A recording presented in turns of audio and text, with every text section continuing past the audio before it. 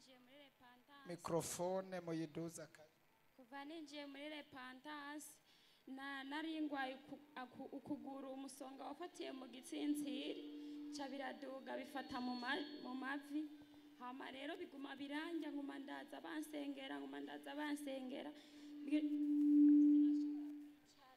sinashobora kwicara ngo nshike hasi ntibyakunda ariko byari naraje baransengera ubu uyindicara birakunda. Warakize ivyo utakora byose urabikora. Ego narakize. Ukomera amashi umwami Yesu. Yesu nashimwe. Amen. Magaze ngaha nshima Imana ya repentance, Imana y'umwungere wanje. Yesu nashimwe. Ndashimira Imana cyane yarasengeye udutambara ndagatwara ndagakubita ku ntebe zari muri saro.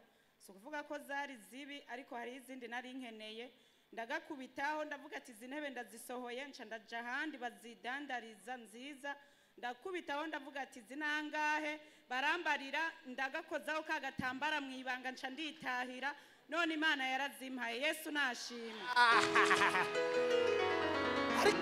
ariko abantu bafise yerekwa bate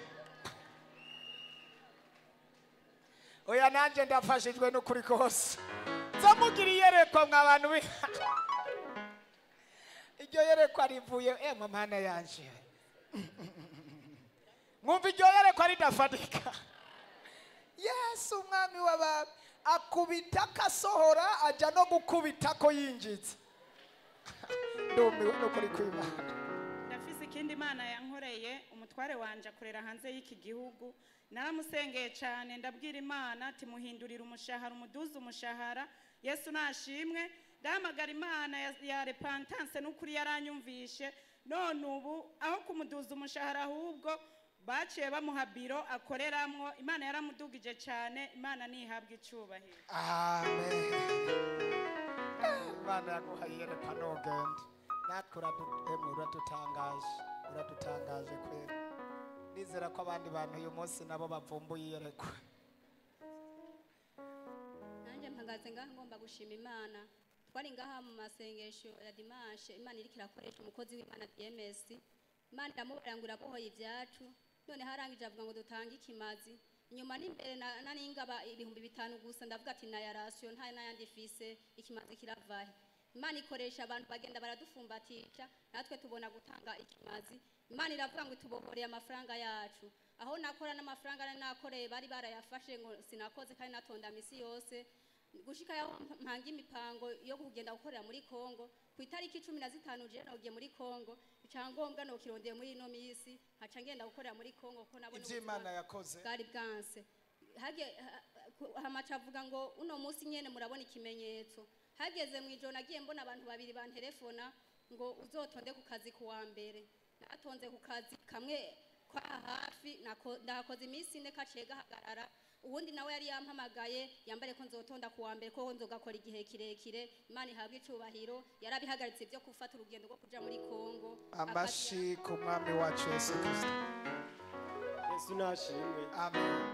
Mpagaze ngagugira mvuga Imana yankoreye jewe naciye ubwenge muhira kuri abakatolika anje njambaho mvuga ngo sishobora guhindura idini ariko nagomba ndababwira yuko ubu maze amezi 8 nsengera ngaha muri repentance. Amen.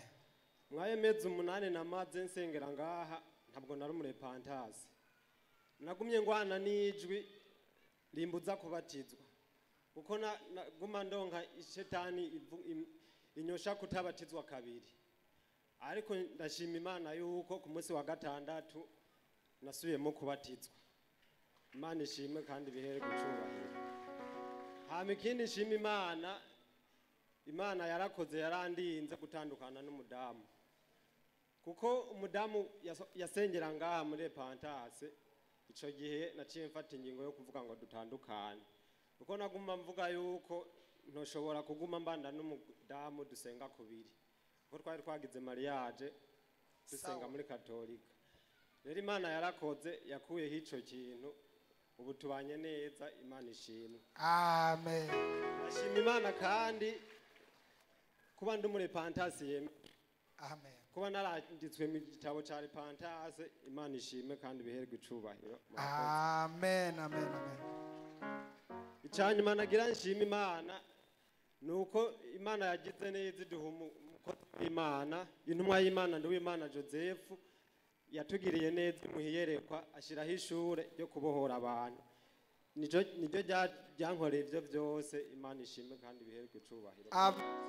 Meshi ku mwami Yesu yari yaraboshwe kugera aho agomba gusambura n'urugo, ariko aho yanka niho yatabariwe. Arafise abagenzi. Imana nishimwe. Amen. Nanje nje gushima Imana ikintu Imana yankoreye nukuri Imana nihabwa icubahiro. Nukuri twebwe ahantu twari tubaye himukiye umupfumu akatubwira ibintu bidafashe.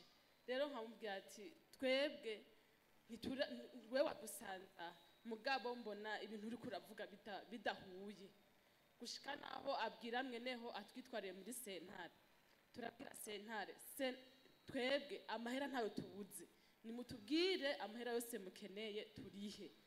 Uwo mupfumu aravuga ati ngo rindira ngo mwebwe ngo nzobabarira. Rero ikintu Imana yakoze nuko jewe yambwiye ibintu ndabyanga, hama aca ndoga umusonga, ca ndabwira umukuru wa serire, aransengera ndi mu isoko ndazungurirwa, aransengera ndakira, umwana imbeba ziramujya mu ruhorihori, amaraso arava menshi kwishuka.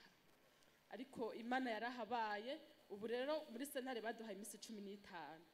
Rero twari dufise amahera, acambwira ati inzu yabonetse de chambre na salo vyiza ingo mutanga amahera. Rero twayirose mu minsi 3, ariko ico nico Imana yankoreye. Imana ihabwa icubahiro. Amen. Imana yarakoze n'ukuri kose. Umwana kuribwa n'imbeba amaraso akava menshi cyane. Abarozi ni babi, ariko uyu mwanya tugomba tubahashure nabo. Imana ishimwe. Hamanagira mu mashimi y'Imana yankijije ingwara nari ingwara amezi 3. Nari mu bihe nari maze amezi 3. Wari impumyi? Nari mu bihe maze amezi 3. Sawa. Imana yankijije. Ejo nari gushinga intara mpagurutse cyangwa njugumira subiye muhira cyasa kubibona. Imana imbabarire kubera natsinya gushinga intahe shetani yari yafashe. Na imukirire neza, yamukijije nka wa mudamu yahora ari mu bihe byiwe bihe byose. Yesu akoze ku buyonga acaramukiza. Imana ishimwe ko yamutabaye. Yesu ashimwe. Amen. Yesu ashimwe cyane. Mpagaze nganshimira Imana Repentance.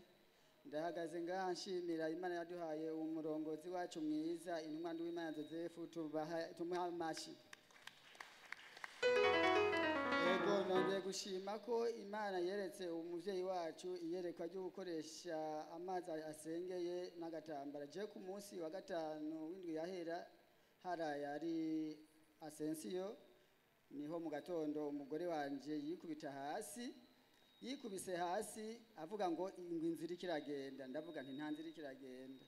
Mbo ngiye kumufata biranka, byongera nkamfata amazi asengeye ndamushirako, nongera ndamubaza nti umeze gute, ngo n'ubu inzira cyagenda. Nkafata kagatambara gasengeye ndamushira mu mutwe, ndasengesha ishengesho rito, ariko nta mashengesho manini je mfise mu byukuri. Mukanya ararabuka. Rero nshimira rero ko Imana ya Repentance umugore wanje yafashwe nkuko dawe yari yafashwe akagwara iminsi 8 agateba kagenda, ariko umugore wanje ubu ni muzima. Imana nihabwa icubahiro. Amen. Abantu bose badafise amasengesho menshi ubu bategerezwa kuyagira mu mwanya, batayagize n'inkoni zojako. Gute mutagira amasengesho kandi nguma ndayabigisha? Ubu ngomba nshyireho ishuri ryo gusenga. Yesu ashimwe. Kera ndashimira Imana cyane gose ibintu Imana yankoreye mu myaka itari mikeya senga kandi sengera icyo kintu, ariko ngiye kugisubirako uyu munsi nyene n'iyi minsi mikeya. Rero jewe sangwe ndi umushoferi ndetse ndi umutagisimeni. Ndashima Imana yarigeze kuba ndagura imodoka ndayikoresha igitagisimeni. Iyo modoka bivanye ngira nibohero nari ndimo yaragiye yose irahera, nta n'ikintu nayikuyemo. yarahombye iragenda bagonga ku ruhande bagasubira ku rundi nshaka kuvuga iby'Imana yakoze ndashobora kuvuga ati uyu munsi ndavuga ati ndaba mu kazi k'igishomeri ndashomera imodoka yaragiye ariko ndaza ndabwira umukozi w'Imana hajya haraza umuntu ati je ndafise imodoka ashaka kugurisha iyo modoka ariko ndavuga ati imeze uku ndavuga ati ndaza ndabwira Jamari umukozi w'Imana hajya je bimeze uku ariko amahera afise nari karasaba ndabona ko ntashobora kwegera ndavuga ati we genda usenga Imana arambwira ati genda usenge ukovye niho naza numva ariko umugabo banterefonye ti muhungu tibimeze gute ti none wowe ufise angahe ndavuga ati je fise amahera ya naye ti jewe kubera yuko nagendereje abandi bagenzi bose n'abantu mbona numvise imodoka jewe no yiha wewe basi tukandika amahera asigaye nkazuka zoyampa jewe ca navuga ati sawa burya naciye nikora kuri mwene wacu ndamubwira ingene ibintu bimeze arambwira ati kurya muhungu atari umuryaje ata kintu kibi iyo nkuru ni ndende cyane ngomba ngenda hanze jewe ndashimira Imana kuvyankoreye byose kubu nashoye kuranka akazi imodoka warayirose imodoka narayirose ubu ndayifise mu maboko kandi atamahera utanze yose amahera ntayo natanze yose ivyo byari bihagije Yesu ashimwe amen Yesu ashimwe kandi genda shima Imana kuko ngeze kuri uno munsi je nashika ngaha naragwara cyane mu myaka 10 n'ingahe iyo yose nari ngwaye kandi hose nagwara n'ibyanje byose byaguma bigenda no kurya sinajya muri iyo myaka ingahe nayimaze rero shimira Imana yarampaye agakiza kandi Imana imbabare nkuko napinga Imana nkavuga ati twese nobatizwa kabiri Imana imbabarire rero Imana rero yarabikoze ndabatizwa mu mazi menshi ivyo ndabishima Imana kuko byaramfashije kumenya agakiza rero shimira Imana yakoze rero iyo migozi ya karanda rero nabimara imyaka n'imyaka byaragira ntibicike rero icyo shimira Imana uko Imana yangendereye itariki 29 kwa 4 w'indwi yarangendereye iyo migozi narimara imyaka n'imyaka 10 n'ingahe bigira bidacika uko nasenga niko byaje biragabanuka mugabo byari byarase gucika ubu byarahetse ego Yesu yarabikoze kwa ukomera amashi umwami Yesu Yesu nashimwe amen naje ngahe mbenje gushinga navye Imana yankoreye dimashi nduhetse naje ngaha kandi naje tana kimwe numva meze neza mu mubiri hageze gusoma ijambo ry'Imana naho nagiye numva umusonga ntarigere numva uracumita uwo musonga ucumita uduza mu mutima ndunama ndavuga ati Mana je nkizi ibintu ibi n'ibitero biranka ariko ugakomeza kunjya gose ugumucumita ucumita ujyaragira no gutaha umusonga ukiri uracumita ndatamu ibarabara byanka ngenda ndandazeko ndashika umusonga umucumiteko ndavuga ati Mana ibyo Imana yakoze rero Imana muri repentance ndakwingize jungize ibitero ariko narashitse muhira cindasengera amazi cindanywa ndavuga ati ibi bitero ubunyenda nkwa amazi meze kunywa amazi byahetse naciye nkwa amazi ubu byaraheze vy'Imana yankoreye Imana no kuri yaranga amen umusonga ni narakoze hanyuma ntuzosubire gutahana umusonga uvuye kwa muganga ufise umusonga kandi ufise aho wari gukirira Imana nishimwe amen nanje mpagaze ngaha shima Imana ndashima Imana yarangiriye neza nari mfise ubugwayi bwo munda nari ndabumaranye imyaka 4 ndagenda kwa muganga barampima mu radio barabura indwara ariko nje ngaha pasiteri aransengera nageze ku mugoroba nakize ubu ndamaze indwi 3 atakintu numva munda naguma inda yanje yaguma yuzuye ukamenga ndibungenze ariko ubu inda yaratuburutse ndashima Imana ko mumfashe tuyikomera amashi amen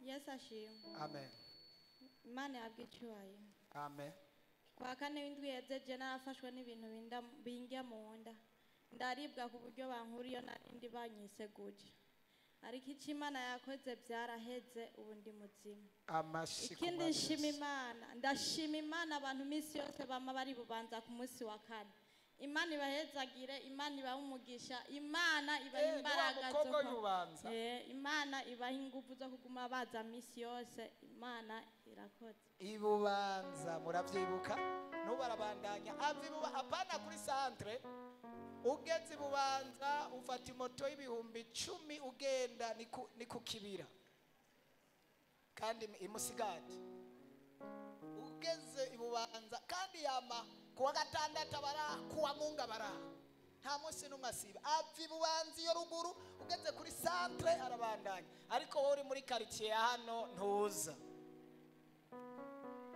ngo nta tiki ufise. Yesu nashimwe.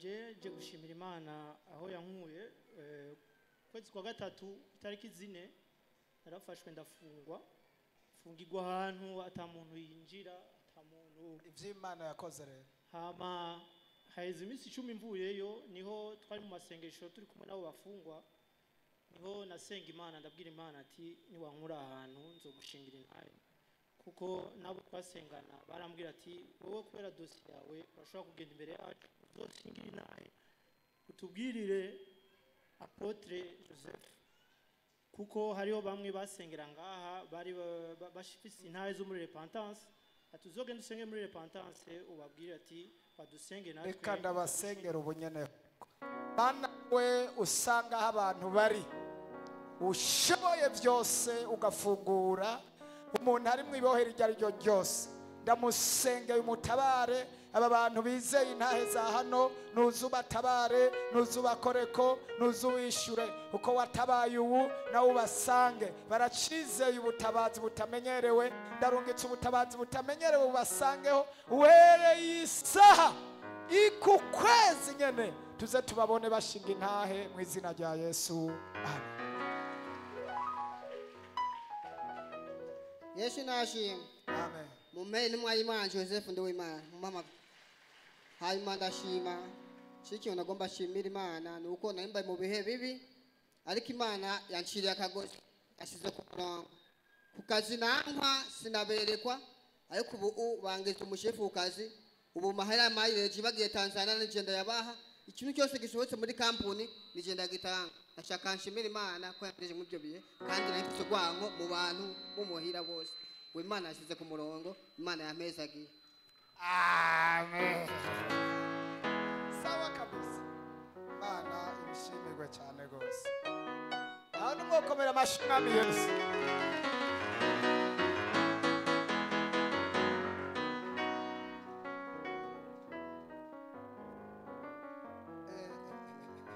Dusenge. Mana turagushimiye imbabazi zawe maho tugushimira urukundo